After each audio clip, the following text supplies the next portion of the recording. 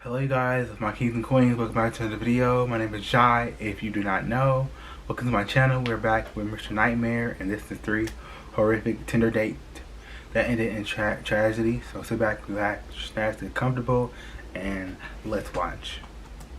On August 7th, 2014, Warina Wright and Gable Tosti matched on Tinder. Gable wasn't her usual type, looking like a man who spends way too much time on his appearance, but he reminded her of Sam Winchester, a character in Supernatural, one of her favorite TV shows. Gable opened with a raunchy and aggressively forward message, saying, "You look delicious. I want to do dirty things to you."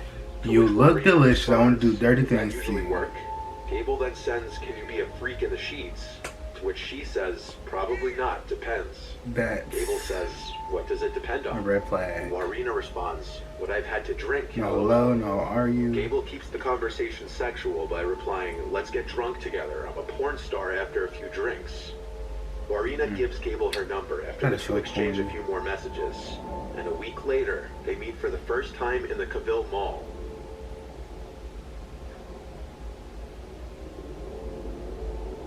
They spent the night together heavily drinking, and CCTV footage from multiple establishments showed them meeting, walking into a nearby beer garden, then purchasing a 6-pack of beer at a nearby bottle shop.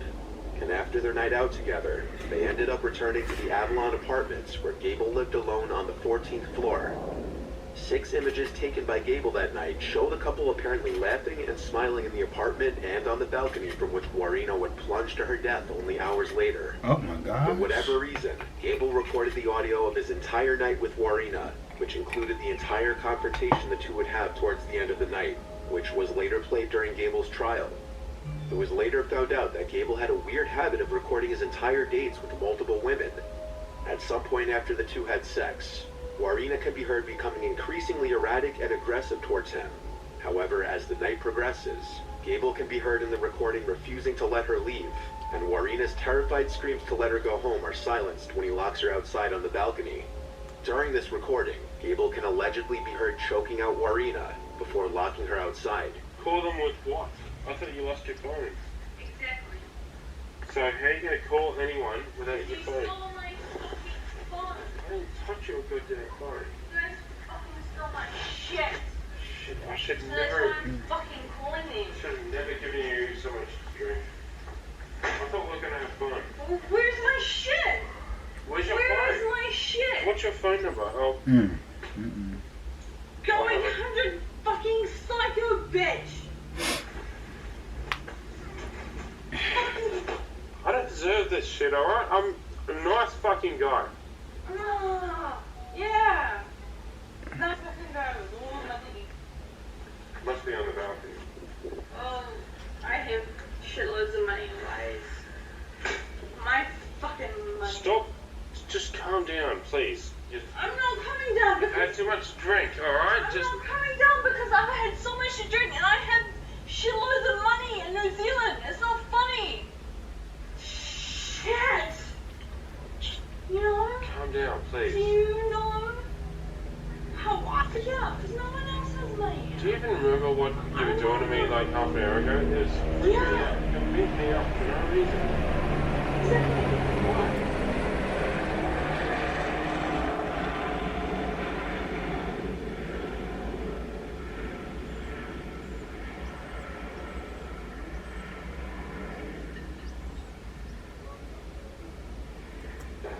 Because you see, You thought it was funny or something.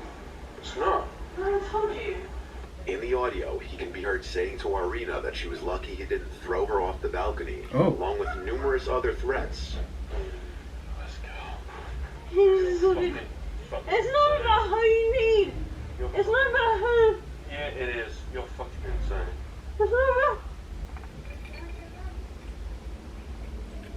It's not about who you need.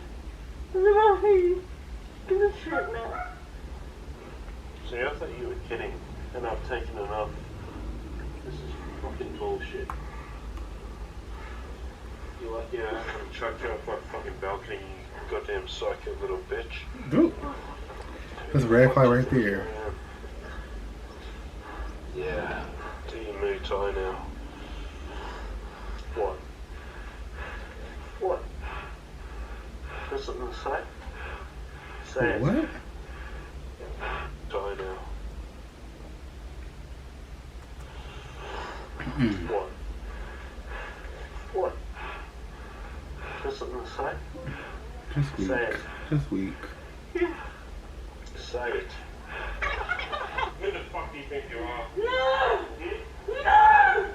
No! You're No! gonna kill me, huh? No!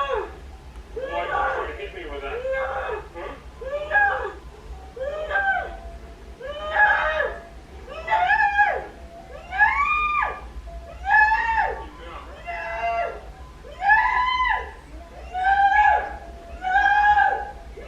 It's all on recording, you know? It's all video.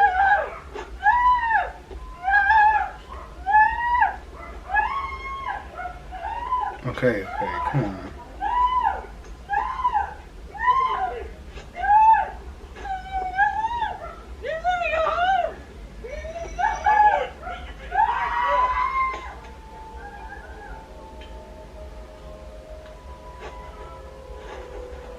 It's apparent that both Gable and Warina were very drunk. Very. Warina sounding a lot drunker than Gable, slurring all of her words. Warina apparently thought the only way to escape would be attempting to climb down the building, which resulted in her falling from the balcony to her death. Gable, who was 28 at the time, was arrested for her death, but was ultimately acquitted of all charges. The prosecution claimed that Gable locked Warina on his balcony following a heated argument, and when she tried to escape, presumably to a lower floor, she plummeted to her death. Gable's defense team said Warina was extremely intoxicated and that she had been acting irrationally before her tragic fall. Prosecutors argued that Gable had choked Warina, trapped her, and made her so afraid that she felt she had no choice but to escape at whatever cost. An audio recording of Gable's phone call with his father right after the incident was eventually released, and in it, Gable is heard telling his father that things had become violent between the pair and that he locked her on his balcony, but insisted that he did not push her. Hello, Dad. I might have a bit of a situation. A bit. I met up with a girl for a date tonight, and she started getting really aggressive.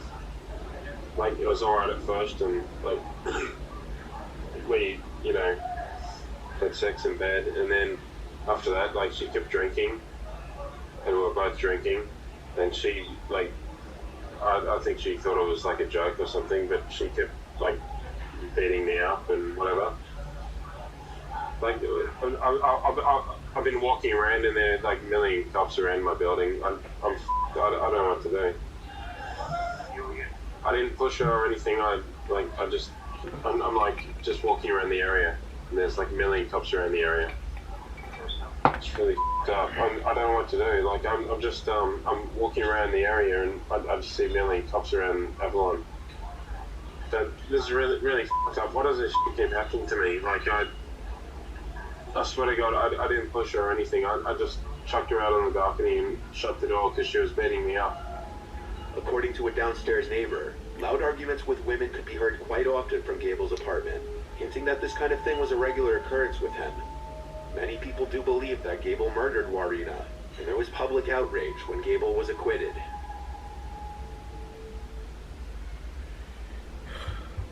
The process of going through a divorce is usually not a pleasant one, and emotions are often very mixed.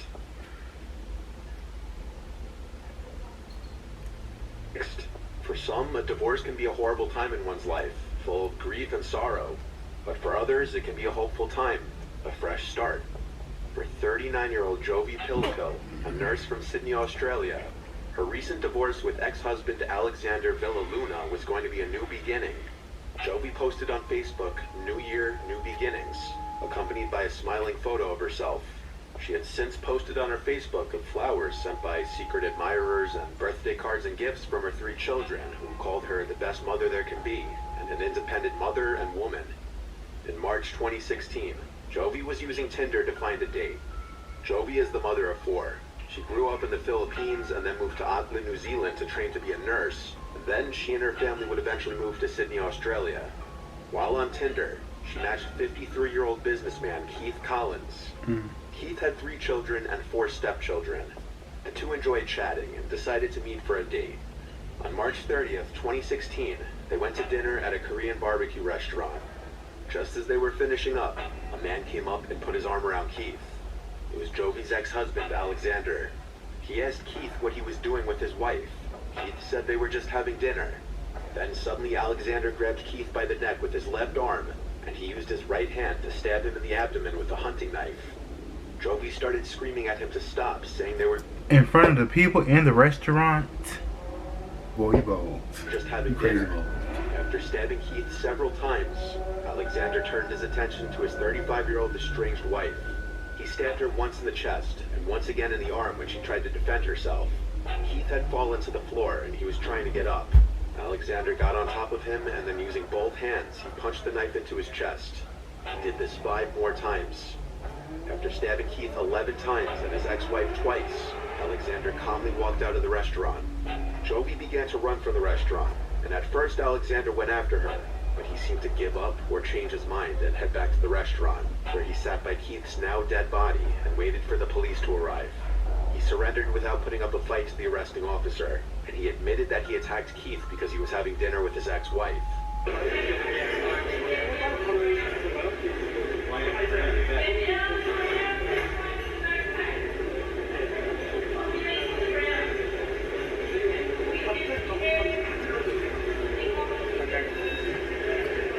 Boy, got some issues.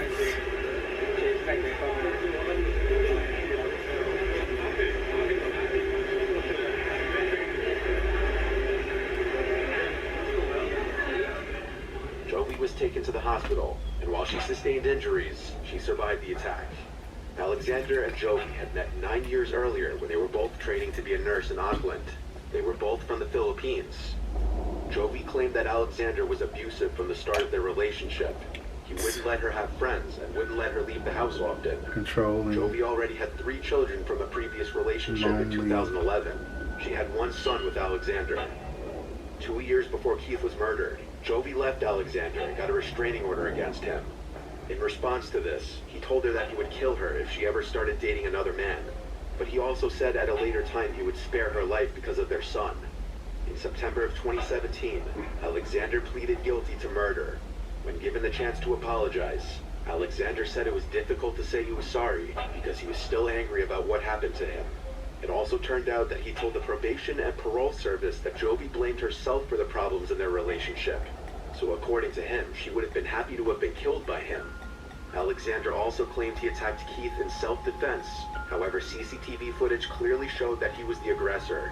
The judge said the most heinous part was when he attacked Keith while he was already on the floor bleeding to death. In October of 2017, Alexander was sentenced to 40 years in prison. And he'd have to serve at least 30 years before he could apply for parole. He'll be able to apply for parole on March 30th, 2046, when he's 74 years old. You crazy. On the morning of October 26th, 2018, 21-year-old Grace Mullane drove from her Essex County home to Heathrow Airport in London, where she boarded her flight to Peru. She spent the next 10 days traveling from island to island before heading on her way to Auckland, New Zealand, where she would arrive on November 30th, 2 days before her 22nd birthday. Grace was staying at a hostel where she made friends with some of the other tourists and backpackers. Grace was known for being an outgoing social butterfly. She spent the rest of the night on the 30th sometimes it's not the relative people, easy, it's and not the decided place, to start it's the people. swiping on Tinder looking to meet someone, maybe make some local friends while she visited. She swiped until she connected with somebody named Jesse, and the two began to chat. Grace and Jesse made plans to go on a date the following day, and so on December 1st, 2018, Grace's bunkmates watched as Grace got ready and left the hostel to head to her date with Jesse. A few hours went by, and at some point in the evening, Grace sent a message to a friend back home stating that the date was going really well and she felt a connection with Jesse. However, it wasn't long after this message that Grace's phone and social media activity went silent. The next day was her birthday, and many of Grace's family and friends went on to send Grace happy birthday wishes, but she never replied to any of them. And as the days went on, everybody became increasingly concerned. And so on December 5th, 2018, Grace's family reported her missing to Auckland law enforcement. They clarified their concern by pointing out that Grace was actually carrying 2 cell phones while she traveled, just in case there was ever an issue with one of them, so that way she would still be able to stay in touch. Both of Grace's cell phones had been going directly to voicemail as of December 2nd. Grace's father traveled to New Zealand to do some searching of his own. CCTV footage caught Grace leaving her hostel at exactly 5:37 p.m. She then walked to a bar and casino known as Sky City, which was fairly close to her hostel, and she waited there for a few moments until she's seen meeting up with and hugging Jesse. The two of them then went into Sky City for approximately 90 minutes while they had some drinks together. When things appeared to be going really well, the two appeared to be hitting it off. They continued their date onto the next bar, known as Mexican Cafe. They had a few more drinks at the Mexican Cafe, and then they continued on again to another bar known as the Blue Stone Room. While at the Blue Stone Room, things appeared to become more intimate between the two. They can be seen kissing multiple times before Jesse made a quick trip to the bathroom. This is the exact moment that Grace messaged her friend back home that she was having a really good time with her date. Jesse then returned, and the two eventually left the bar at 9:40 p.m. The two are seen holding hands and walking towards a building known as the City Life Hotel, where Jesse rented an apartment. The two can be seen entering the elevator of the building and exiting on the floor of Jesse's apartment. This is the last moment that Grace was seen alive. The next morning on December 2nd, Jesse is then seen entering the elevator alone and exiting his apartment building. He's then seen purchasing a handful of cleaning supplies as well as a new large suitcase. He places the new purchases inside his apartment, and then he leaves the apartment again. He then jumps in a taxi and gets a ride to a local car rental facility where he rents a vehicle and heads to another bar in the area to meet up with his second Tinder date, the day after murdering his previous Tinder date.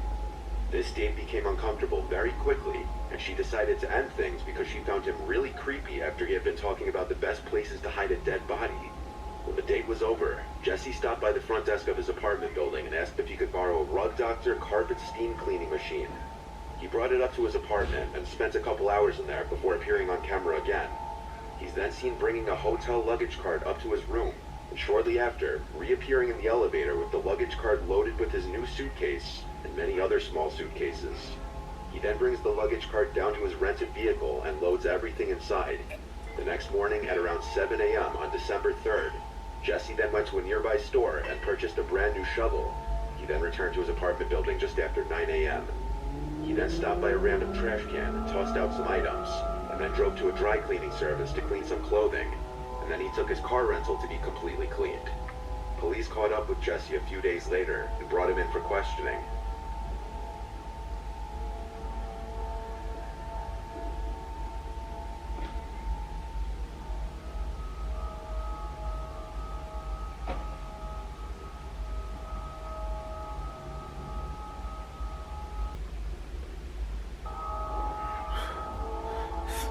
I mean, so when he got in that car, you can see to his face he did something. It's like... The police believe that Jesse was involved in some way due to the substantial amount of evidence against him. Some way he was in all of it. So I was talking to Grace on Tinder. We'd matched on Friday. I saw that we'd matched the next day on Saturday. How did the evening pan out? Yeah, pretty good. I didn't initially know that she was real. What do you mean? Well, there's a lot of... So have you heard of catfish? No. So catfishing is where someone uses your profile or uses your photos and pretends to be you and then meets and you're a completely different person. Right. And it's happened to a few people I know in Australia. And it's all over the TV. So I thought, you know, if I meet at Sky City, at least I know that there's lots of people around. So if it is someone that it's not, then I can just walk away. How did the evening sort of come to an end? There was a hug and a kiss on the cheek, and a thanks, you know, nice meeting you. And then I said, let me know about tomorrow. And she said, okay, and then she kept walking. We actually don't know if she's been murdered or not yet. She may be alive and well. Okay. But she might also be dead. Okay? And it could be that you've done it. I'm confused.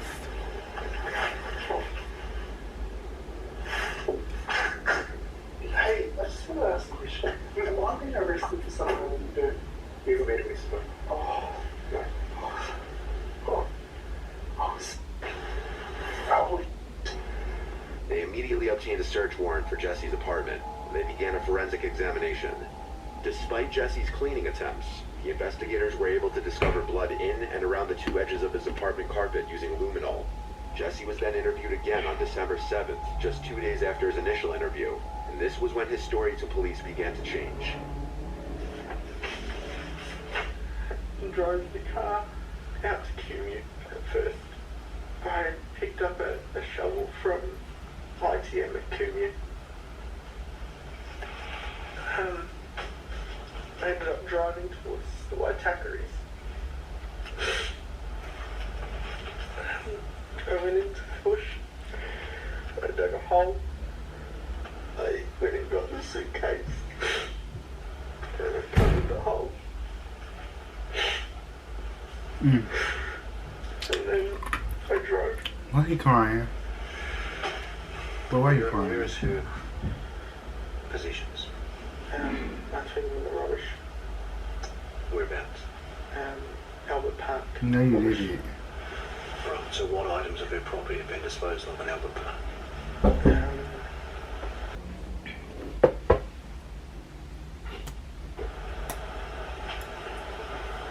All of her clothing? Everything that was in the room. I was just panicking. Did you inflict any injuries on her that caused her to die? Did you kill Grace Lane? Okay. Then you're under arrest for the murder of Grace Lane. On or about December. Jesse was charged and held in police custody. It's on While the behind video. bars, police found pictures Jesse took of Grace before placing her inside the luggage that he purchased. Google search history and GPS from Jesse's cell phone led investigators to the Waitakere mountain ranges, where they discovered the luggage with Grace's body buried in a hole. Jesse was found guilty and sentenced to life in prison with a minimum non-parole period of Life 17 in years. prison, dang. During this time, 2 more victims came forward and accused Jesse of sexually assaulting them after matching with him on Tinder. In October of 2020, Jesse was convicted of 8 more charges related to these offenses. Oh, He was sentenced to serve an additional 11 years concurrently to the life sentence that he had already received in the Auckland prison in New Zealand, where he will remain. Jesse, you know you did it. It's all over your face. Like what's going on? You got rejected? Like, come on, you can't be doing that shit. That shit is foul. So out of foul. I mean, when it comes to like Tinder and these dating apps, I don't know. I feel like you gotta find people naturally at the same time, you know? Make it happen naturally, and people will find you. People like you for who you are. No weirdos whatsoever. Just people, wholesome people who you like. Cause I feel like this out of hand. People like what's something mentally not there at all. Like seriously, like getting jealous cause your ex-wife dating other people. And come on, like really. And the other one. It's just out of hand because my camera about to die. So, not to die, but it's full. But yeah, people crazy. Tell you guys anything. Thank you guys for tuning in this video. Stay awesome, stay blessed. Until next time, you guys. Deuces.